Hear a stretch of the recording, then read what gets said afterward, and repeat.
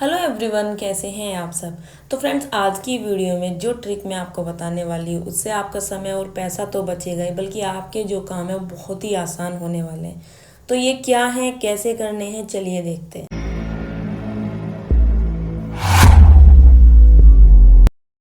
सबसे पहले हम देखते हैं ट्रिक नंबर 1। तो फ्रेंड्स, यहाँ पर मैंने एक कॉटन फैब्रिक लिया है जिसमें राउंड नेक कट की है। तो फ्रेंड्स, आज तक आपने राउंड नेक तो बहुत बनाए होंगे पेस्टिंग, फ्यूज पेपर, बुकरम या उरेव फैब्रिक के साथ या राउंड फैब्रिक के साथ। लेकिन कभी लाइफ में अगर आपके साथ ऐसा हो कि आपके पास कोई उरेव फैब्रिक नहीं है या इतना फैब्रिक नहीं है कि आप राउंड नेक को रेडी कर सके, तो तब आप क्या करोगे। तो इस ट्रिक में मैं आपको बताने वाली हूँ सीधी पट्टी से बिल्कुल परफेक्ट तरीके से गोल गला बनाना। तो यहाँ पर 1.5 इंच की मैं चौड़ाई लूँगी, आपको भी 1.5 इंच की ही चौड़ाई लेनी है। और ये जो नेक बनेगा इतना परफेक्ट तरीके से बनेगा कि आप भी लास्ट में देखकर पहचान नहीं पाओगे कि ये वही नेक है जो हमने सीधी पट्टी से बनाया है। अब यहाँ पर 2 पट्टियों के लिए मैंने मार्किंग की है और पट्टियाँ यहाँ पर कट कर ली है। अब आप चाहें तो इनको इस तरह से रखकर और उरेब तरह से भी स्टिच कर सकते हैं, लेकिन मैं यहाँ पर इनको बिल्कुल सीधा ही स्टिच कर रही हूँ। जब हम इनको सीधा भी स्टिच करेंगे तो भी ये बहुत अच्छे से वर्क करेंगी। तो सिलाई लगाकर मैंने इनको तैयार कर लिया है। अब इस पट्टी को हमें एक साइड से फोल्ड करना है। फोल्ड में हमें यहाँ 0.25 इंच मार्जिन लेना है, यानी कि 1.25 इंच जिसको हम बोलते हैं, और इस तरह से एक इक्वल शेप देते हुए पूरी पट्टी को एंड तक फोल्ड कर देना है। तो पट्टी फ्रेंड्स यहाँ पर ये फोल्ड हो चुकी है। अब इसको दोनों हाथों से मैं हल्का सा स्ट्रेच करके यहाँ पर इसको अच्छे से सेट कर दूँ। अब पट्टी की दूसरी साइड भी हमें सिलाई लगानी है। मार्जिन हमें सेम रखना है 0.25। तो 1.25 इंच मैं यहाँ फैब्रिक को इस तरह से दबाऊंगी मार्जिन लेते हुए, लेकिन यहाँ पर हमें सिलाई को सीधा नहीं चलाना है। 1 इंच या 1.5 इंच की फैब्रिक आपको बाहर निकालने के बाद फैब्रिक को पीछे की साइड से ऐसे फिंगर से प्रेस करके रखना है। आपका जो ये पट्टी फैब्रिक है ये बाहर नहीं आना चाहिए। अगर आपको लगे कि फैब्रिक बहुत ज़्यादा इकट्ठा हो गया है तो आप 7-8 इंच के बाद फैब्रिक को छोड़कर फिर से कंटिन्यू ऐसे ही कर सकते हैं। तो यहाँ पर सिलाई को मैंने कंप्लीट कर दिया है। अब आप फ्रेंड्स देखेंगे कि हमने जो सीधी पट्टी कट की थी वो हमारी बिल्कुल राउंड शेप ले चुकी है, क्योंकि हमने जो पीछे से फिंगर से प्रेस करके फैब्रिक को बाहर नहीं आने दिया, उसकी वजह से हमारी जो ये पट्टी है इसमें छोटे छोटे गैदर्स पड़ चुके हैं, बिल्कुल छोटे छोटे, और ये बिल्कुल राउंड शेप ले चुकी है। अब हमें इसको नेक पर अटैच करना है, पर सिंपली तरीके से हम इसको नेक पर अटैच नहीं करेंगे। यहाँ पर फैब्रिक की जो राइट साइड है उधर की साइड में इस पट्टी को रखूँगी। अब पट्टी को हमें इस तरह से कुछ रखना है और यहाँ पर इस तरह से सेट करना है। अब सिलाई लगाते हुए हमें एक चीज़ ध्यान रखनी है। स्टार्टिंग में हमें 2 या 2.5 इंच सिलाई लगाकर उसके बाद दूसरे हाथ से जो हमारा नेक है उसको राउंड शेप में ही घुमाना है। ऐसा करने से हमारा जो नेक है वो बहुत ही परफेक्ट तरीके से सेट बैठेगा। ये बिल्कुल भी शेप इसकी नहीं बिगड़ेगी। तो सिलाई कंप्लीट करने के बाद एक्स्ट्रा फैब्रिक को मैं यहाँ से कट कर दूंगी और आप देख ही सकते हैं कि नेक हमारा बिल्कुल राउंड बना है। अब अंदर की साइड हम इसमें छोटे छोटे नोजेस लगा देंगे, छोटे छोटे कट लगा देंगे, और यहाँ से जैसे हम बेसिक तरीके से नेक बनाते हैं उसमें इस तरह से टॉप स्टिच लगाते हैं। तो यहाँ पर भी मैं इसमें टॉप स्टिच या प्रेस स्टिच जो भी आप बोलना चाहते हैं ऊपर की साइड से लगा दूंगी। करना यहाँ भी आपको ऐसे ही है कि दूसरे हाथ से आपको नेक को राउंड शेप में ही सिलाई लगाते हुए घुमाना है। तो अभी आपको ये थोड़ा सा अजीब लग रहा होगा, लेकिन जैसे ही हम इसको पलट देंगे तो इसकी जो शेप है बहुत ही परफेक्ट तरीके से बन जाएगी। अब यहाँ पर हल्का हल्का हमें इसको ऊपर की साइड से खींच देना है, क्योंकि इसमें जो छोटे छोटे गैदर्स बने थे वो यहाँ पर अब खुल जाएंगे। तो देखिए फ्रेंड्स, कितना परफेक्ट तरीके से हमारा राउंड नेक बना है। अब इस पर बाहर की साइड में कच्ची सिलाई लगा दूंगी। अब उसके बाद आप देखोगे कि नेक हमारा कितनी परफेक्ट तरीके की शेप ले चुका है। तो ये देखिए कि हमारा जो नेक है कितना परफेक्ट बना है, और प्रेस होने के बाद तो ये इतना सेट बैठा है कि आप देख ही नहीं, समझ ही नहीं पाओगे कि ये हमने उसी सीधी पट्टी से बनाया है। तो लग भी नहीं रहा है कि ये सीधी पट्टी से नेक बना है। तो ये बहुत ही कमाल की ट्रिक है, आप इसको ज़रूर ट्राई करना, और ट्रिक कैसी लगी मुझे कमेंट करके ज़रूर बताना। अब देखते हैं ट्रिक नंबर 2। तो फ्रेंड्स, आजकल डीप नेक ब्लाउज और डीप नेक कुर्ती या ड्रेस का बहुत ज़्यादा ट्रेंड है, और उसमें हमें पैड लगाना ही पड़ता है। तो ऐसे में हमें डबल तो इनर लगाना पड़ता है और आपकी हर ड्रेस में हर उसमें आपको पैड भी लगानी पड़ती है। तो कितना खर्चा हमारा हर ड्रेस में आ जाता है, क्योंकि उसके चार्ज भी फिर एक्स्ट्रा बढ़ जाते हैं। तो ऐसे में अगर आप अपना पैसा बचाना चाहते हैं और समय बचाना चाहते हैं हर अलग अलग चीज़ में पैड ना अटैच करके, तो उसके लिए आपको एक साथ जो मैं ट्रिक शेयर कर रही हूँ बहुत ही कमाल की ट्रिक है। तो यहाँ पर जिस भी साइज़ की पैड आप यूज कर रहे हो, उस पैड को आपको जो भी आपकी ड्रेस ब्लाउज बना रहे हो उसी के सेम फैब्रिक पर रखना है और ऐसे एक उसकी शेप दे देनी है। उसके बाद साइड से आपको 1 इंच या 1.25 इंच फैब्रिक मार्जिन में ले लेना है। फैब्रिक कम होगा तो आप थोड़ा सा और कम भी ले सकते हैं, लेकिन आधे इंच से कम फैब्रिक नहीं लेना है। अब इस फैब्रिक को बीच से कट करके मैंने इस तरह से निकाल लिया।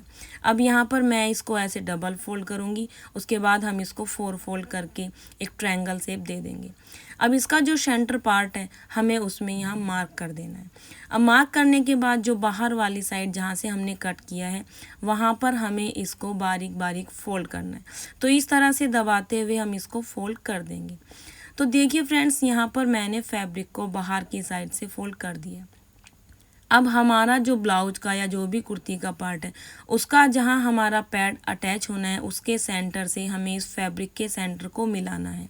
पूरी मार्किंग सब कुछ आप पहले से तैयार करके रख लें। तो इस तरह से यहाँ सेंटर में हम इसको रखेंगे और राउंड राउंड घुमाते हुए यहाँ पर हम इसमें सिलाई लगाएंगे। सिलाई हमें थोड़ा सा फिनिशिंग से लगाना है और पक्का करके लगाना है। आप चाहे तो इसमें बाद में डबल सिलाई भी लगा सकते हैं, जिससे आपका जो ये राउंड फैब्रिक है वो पूरा परफेक्ट रहेगा। कभी आपको इसकी सिलाई छूटने का डर नहीं रहेगा। अब यहाँ पर सिलाई लगाकर हमें थोड़ा सा इसमें होल छोड़ देना है, यानी कि 1 और 1.5 इंच का आपको होल छोड़ना है, जिससे हमारी जो इसमें है पैड अंदर से हम सेट करेंगे। तो इस तरह से मैंने यहाँ इस पर सिलाई लगा दी है। अब यहाँ पर हमने जो होल छोड़ा है इससे हमारी जो पैड है वो अंदर की साइड जाएगी, लेकिन उससे पहले हम पैड को देख लेंगे कि हमें सीधा या उल्टा किस साइड से पैड को इसमें सेट करना है। तो जो जिधर की साइड लाइनें होती है वो साइड हमारी स्किन की साइड आती है, तो लाइन वाली साइड से हमें अंदर की साइड को फोल्ड करना है, जैसे आप देख रहे हो। इस तरह से आपको फोल्ड करना है। आगे की साइड से थोड़ा सा बारीक आप इसको फोल्ड कर लेना और उसके बाद आपको जो आपने होल इसमें छोड़ा है उसके अंदर से हम इसके पैड को डाल देंगे। तो देखिए बहुत ही इजी तरीके से पैड हमारी इसके अंदर सेट हो चुकी है। तो देखिए कितना परफेक्ट तरीके से पैड हमारी सेट हो गई है।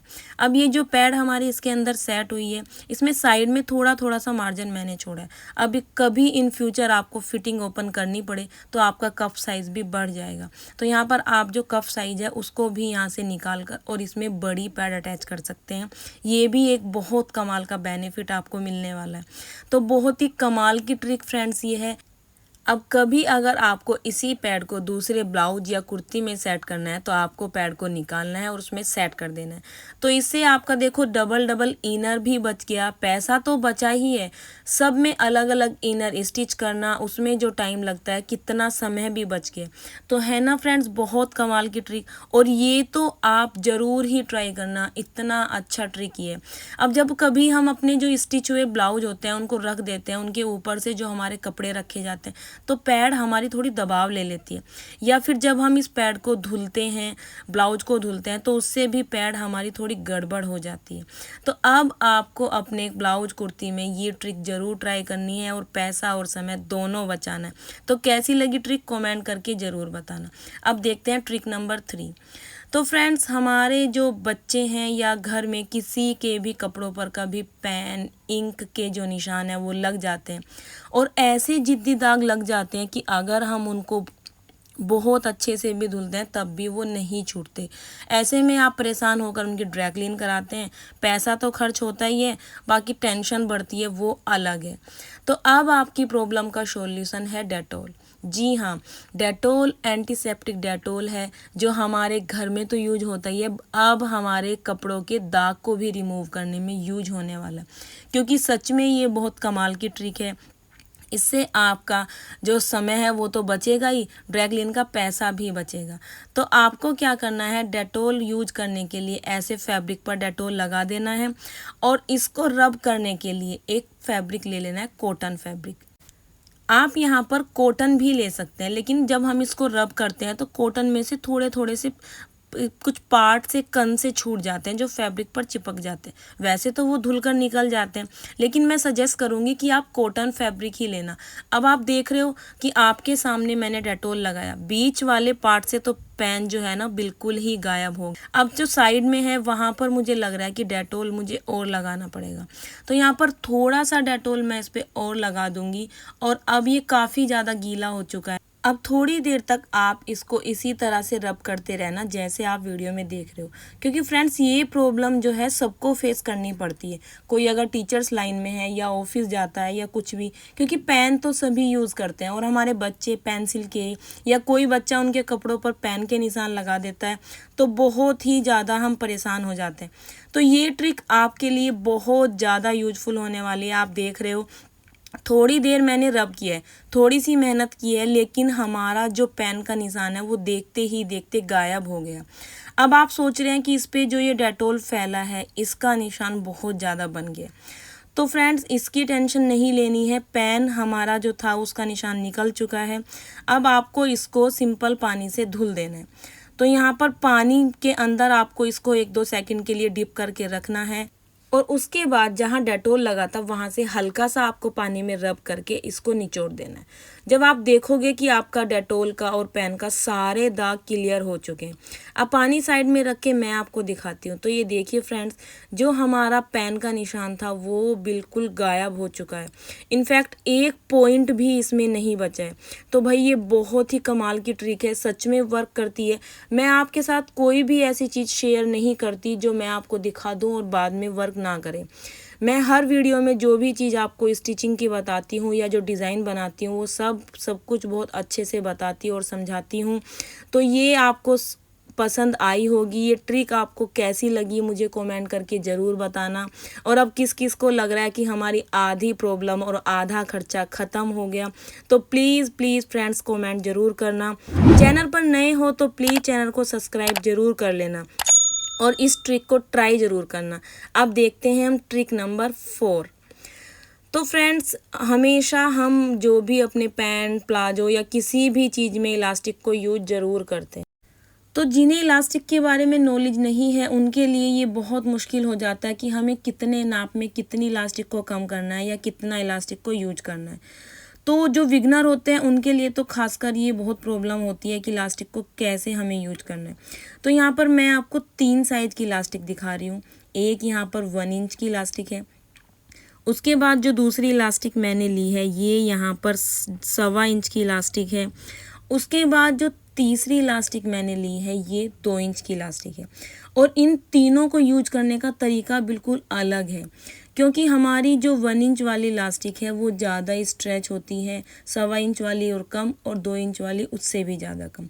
अब जब 1 इंच वाली इलास्टिक अगर आपको कहीं यूज करनी है तो जितना भी आपके कमर का नाप है या जहां आप इलास्टिक को डाल रहे हो उसका नाप है, आप उसमें से 4 से 6 इंच कम कर सकते हैं।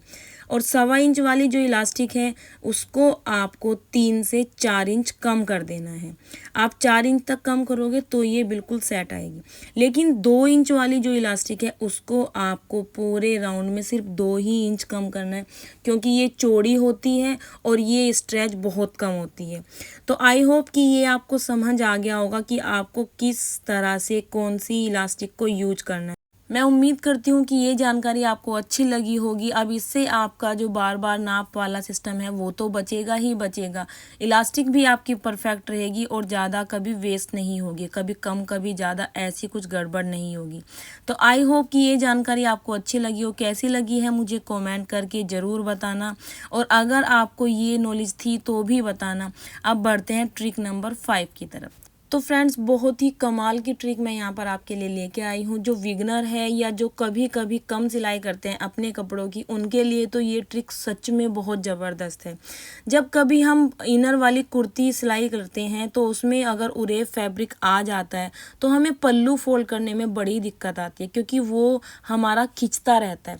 अब हम कभी उसे सुई से कच्चा करते हैं या कभी ओलपिन वगैरह लगाकर कच्चा करते हैं, फिर भी वो सेट नहीं हो पाता। तो ये दिक्कत अगर आपको फेस करनी पड़ती है, तो मैं गारंटी लेती हूँ कि ये ट्रिक देखने के बाद आपको कभी भी ये प्रॉब्लम नहीं आने वाली। तो यहाँ पर जितनी भी आपको स्लिट तैयार करनी है, पल्लू पर आपको मार्क कर लेना है। दोनों साइड आपको इक्वल मार्जिन छोड़ देना है और जितने आपके पल्लू तैयार होने हैं उतने में आपको मार्क कर देना है।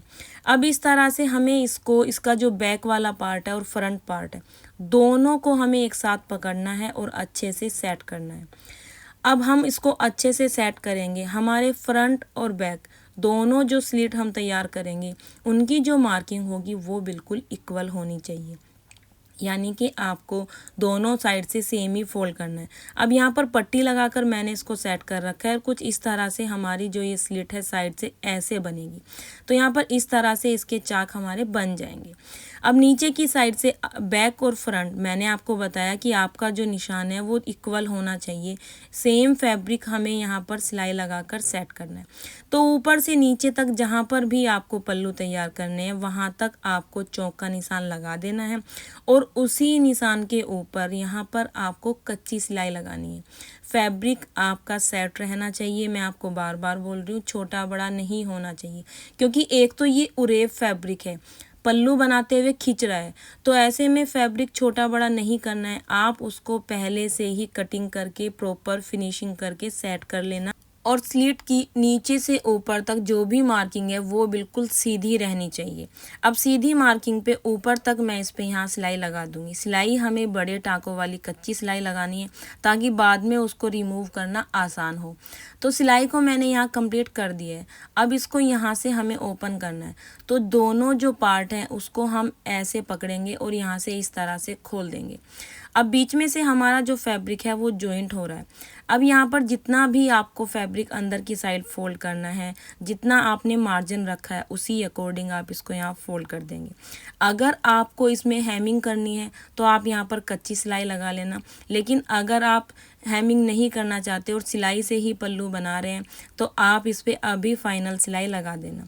तो यहाँ पर जिस तरह से मैंने इसको फोल्ड किया है और मैं इसमें सिलाई लगा रही हूँ, इसी तरह से सेम आपको भी सेट करना है और सिलाई को लगा देना है। फोल्ड आपका नीचे से ऊपर तक इक्वल होना चाहिए, तभी इसमें बाहर की साइड से फिनिशिंग दिखाई देगी।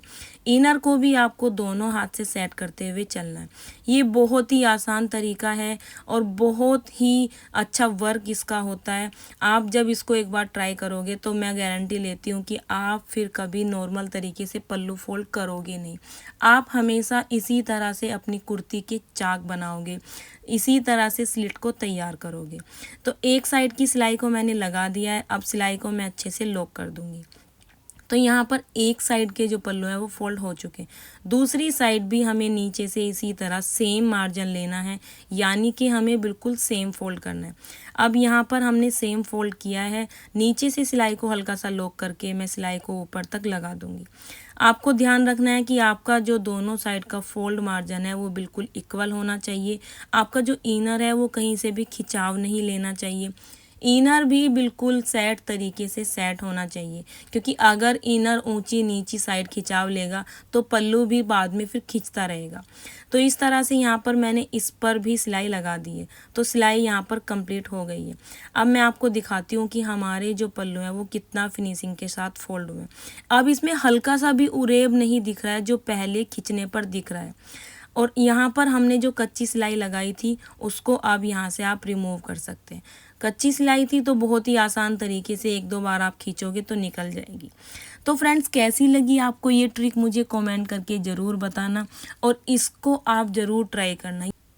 इस ट्रिक से आपका समय तो बचेगा ही बचेगा, लेकिन आप पल्लू फोल्ड करने में परफेक्ट मास्टर बन जाओगे। जहाँ भी आपको लग रहा है कि आपको 3 इनर यूज़ कर रहे हैं या 2 जो भी है उरेब फैब्रिक है, तो वहाँ पर ये ट्रिक सच में बहुत काम करने वाली है। तो देखिए धागा भी कितना ईजी तरीके से निकल गया, स्लिट भी कितने अच्छे से परफेक्ट तरीके से बनी है। तो कैसी लगी आपको ट्रिक प्लीज़ कमेंट करके ज़रूर बताना। वीडियो अच्छी लगी तो लाइक ज़रूर करना, और अगर आपने मेरे चैनल को अभी तक सब्सक्राइब नहीं किया है तो प्लीज़ फ्रेंड सब्सक्राइब जरूर कर लेना। और सबसे ज़्यादा अच्छी ट्रिक आपको कौन सी लगी है वो भी मुझे कमेंट करके ज़रूर बताना। तो मिलती हूँ फ्रेंड्स मैं नेक्स्ट वीडियो में, तब तक के लिए बाय।